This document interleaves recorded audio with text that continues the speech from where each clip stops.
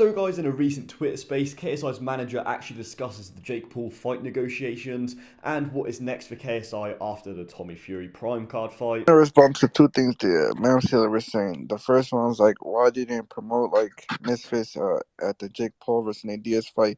First of all, you know damn well that Celsius is promoting the Jake Paul versus Nate Diaz fight, and that the whole point of the Prime card is Prime, the drink. So they can't promote it, Hold on. because they're the You're rival wrong. company. You're wrong.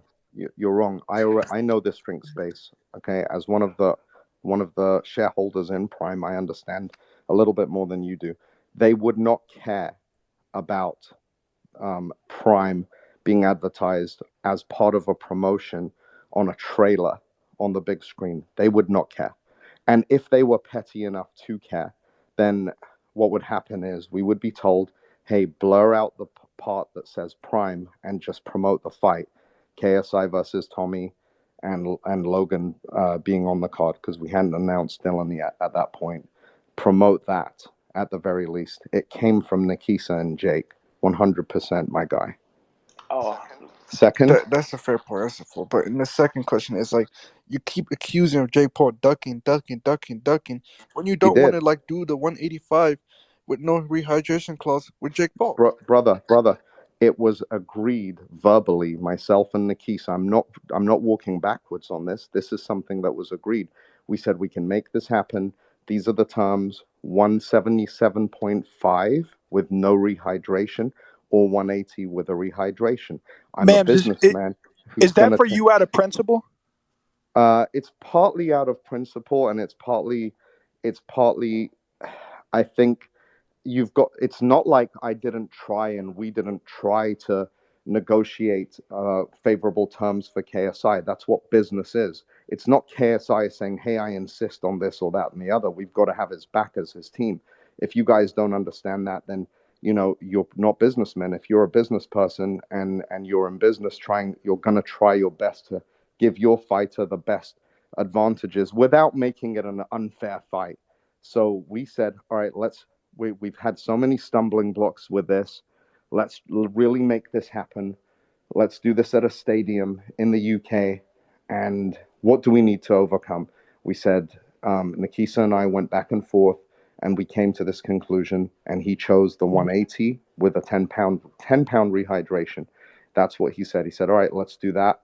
And we agreed everything apart from we hadn't agreed the rest of the card being who gets the co-main event, some stuff like that, little things like that, which weren't going to be deal breakers. And also, we agreed that KSI and Jake's purse would be on the line. And he said, let's put everything on the line, all the money that the event makes. And I said, that's an impossibility because you're dealing with DAZN and Wasserman, and they're not. That's unrealistic. And he said, yeah, he got that.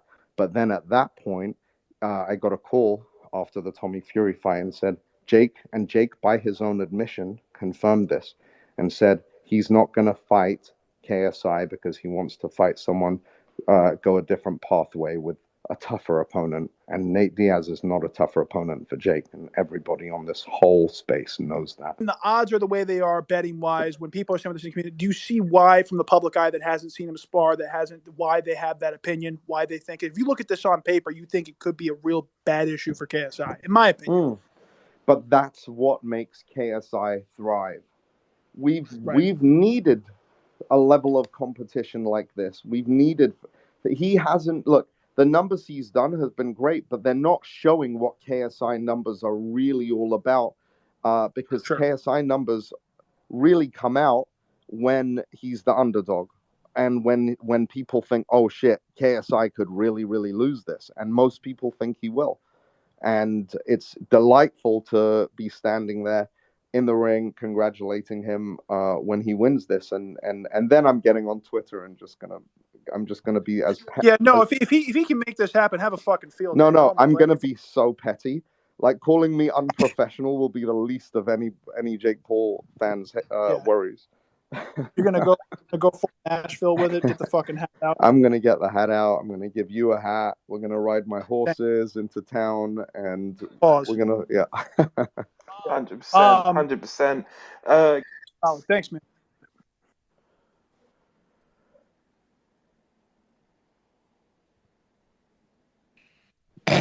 This is insane, bro. This is insane. What's What? up, yeah? Yo, man. Yeah. Wait, Is there a way where John Fury can't be in any more face-offs? Like he's doing he's doing way more promotion than Tommy, honestly. Like I feel like Tommy should do it alone.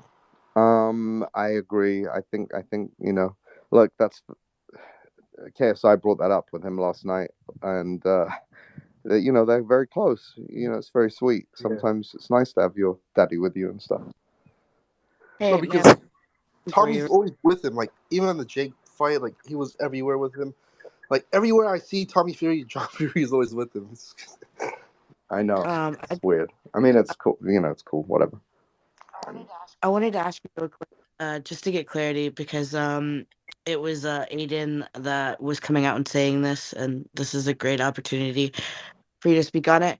You kind of touched on it a little bit, but Aiden basically essentially said that Talvez, his manager, was in the DMs, and you guys were literally saying that if Jake was not off the stage, then KSI was getting pulled. I tend to think you weren't freaking out, but just because Aiden came out and said that your like a manager literally said that if they do not pull Jake, then they were pulling KSI. Wanted to see if that. I don't think it's possible to have pulled KSI because he was midstream and not looking at his phone until the very end.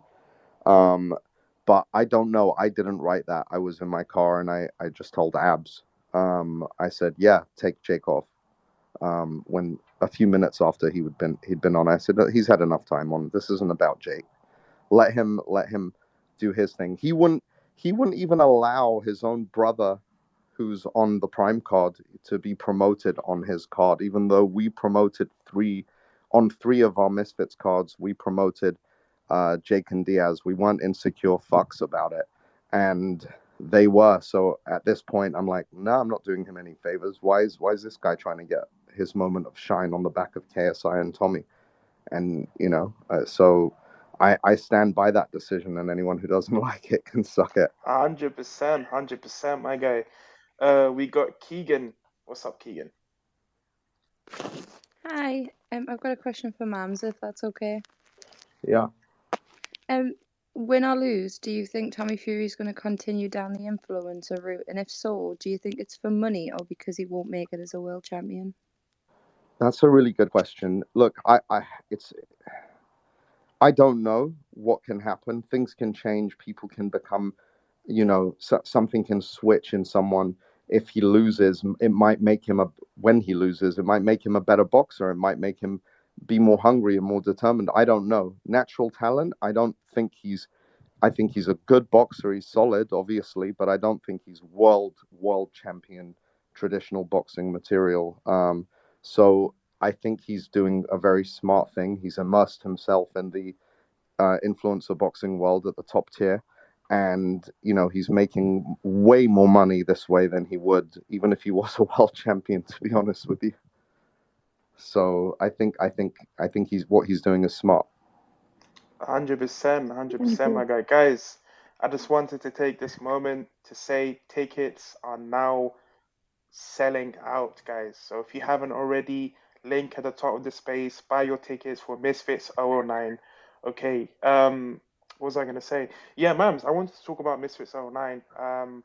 The Prime card is great, I love it. But man, Misfits 009, there's some very, very, very great fights, which I don't think it's getting like what's the word? Like the credit that it deserves. We got Ginty versus Temper. I think that's a big, big fight. Ginty right now, he's looking like um, in the right frame of mind for this fight. He said he's never been this confident, which is interesting because he's fighting Pace Templar, who's you could say is the hardest opponent he's fought, right? Like Ginty is going to be that's his hardest fight.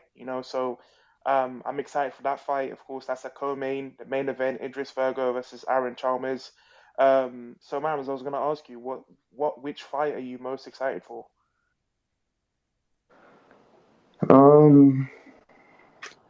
I don't know. I'm really excited for Master Uguay and the mystery opponent. I'm excited for I'm excited for all the fights. I'm excited for Belzy and AJ to determine the 125-pound champ.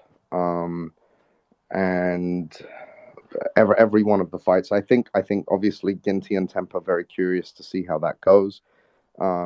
Ginty did better against JMX than people expected. And JMX is a tough opponent too.